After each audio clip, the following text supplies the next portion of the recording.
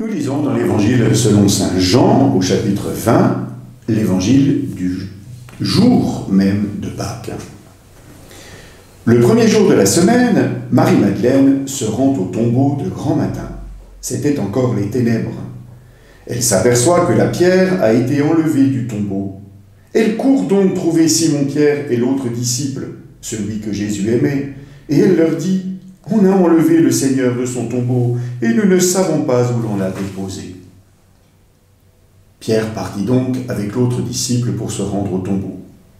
Ils couraient tous les deux ensemble, mais l'autre disciple courut plus vite que Pierre et arriva le premier au tombeau. En se penchant, il s'aperçoit que les linges sont posés à plat. Cependant, il n'entre pas. Simon-Pierre, qui le suivait, arrive à son tour.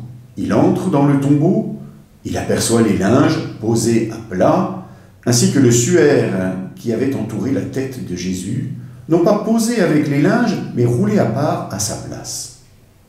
C'est alors qu'entra l'autre disciple, lui qui était arrivé le premier au tombeau. Il vit et il crut. Jusque-là, en effet, les disciples n'avaient pas compris que, selon l'Écriture, il fallait que Jésus ressuscite d'entre les morts. S'il est bien un événement impensable, c'est celui que nous fêtons aujourd'hui, la résurrection. Nombreux sont ceux qui, hier comme aujourd'hui, refusent de croire que le Christ soit ressuscité. A-t-on déjà vu un mort revenir ? L'évangéliste Saint Jean nous montre le cheminement des disciples qui passent de l'incrédulité à la foi. C'est en suivant au plus près les acteurs de la scène que nous venons d'entendre que nous comprendrons ce qui les habite, le désarroi et la tristesse. Il est aisé de comprendre la surprise de Marie-Madeleine. Elle a encore dans la tête les événements de l'avant-veille. Elle se souvient de la mort tragique de Jésus sur la croix, de l'ensevelissement en toute hâte à la tombée du jour, des rites funéraires bâclés. Et que voit-elle en arrivant au tombeau ? La pierre roulée. Si vous étiez à sa place, quelle serait votre première idée ? Immédiatement, vous penseriez à une profanation.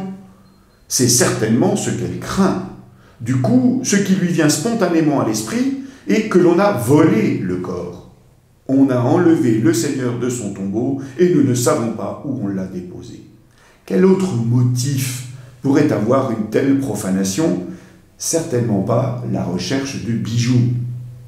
Alors, quelle panique dans le cœur de celle qui sait combien la rencontre avec Jésus lui a été salutaire, quand celui-ci lui a rendu toute sa dignité. Elle se trouve dans l'incapacité de faire son deuil, puisque celui qui n'avait pas d'endroit où reposer la tête n'a même plus d'endroit pour son dernier repos. Les disciples qu'elle va prévenir ne sont pas moins touchés. Les voilà partis dans une course effrénée pour vérifier ce qu'elle vient de leur dire. Il est même précisé que le disciple que Jésus aimait, Jean, va plus vite que Pierre, et c'est sans doute parce qu'il est le plus jeune que celui-ci.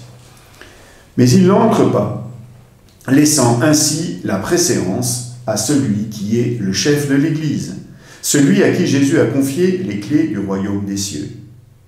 Tous deux sont dans la même inquiétude, alarmés par Marie-Madeleine. Tous deux sont intrigués par cette pierre roulée, ce trou béant, cette tombe profanée. Mais alors que Marie n'avait pas osé en pénétrer dans le tombeau, qui est en fait une petite grotte taillée dans la roche et fermée par une énorme pierre roulée devant l'ouverture, les deux disciples le font. Et que voit-il ? Rien, puisque le tombeau est bien vide. Ou plus exactement, il voit les linges. La coutume est en effet d'emballer les cadavres dans un drap blanc maintenu le long du corps par des bandelettes. Or, ces linges sont encore là. Si l'on avait volé le corps, les voleurs ne se seraient pas amusés à le retirer du linceul. De plus, ces linges sont bien rangés. Il existe à Turin un linge appelé le Saint-Suaire, vénéré comme celui qui entoura le Christ. Malgré certaines expertises, il y a 99% de chances que ce soit véritablement le suaire dont Jésus fut enveloppé. Des pollens attestent qu'il provient de Judée, le tissage qu'il est du 1er siècle, les taches de sang qu'il s'agit d'un supplicié. Si le corps avait été retiré normalement, il devrait rester des lambeaux de chair après le tissu, ce qui n'est pas le cas.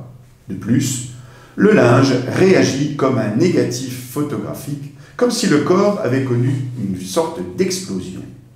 Si vous regardez l'image qui est tirée de ce suaire, elle est impressionnante.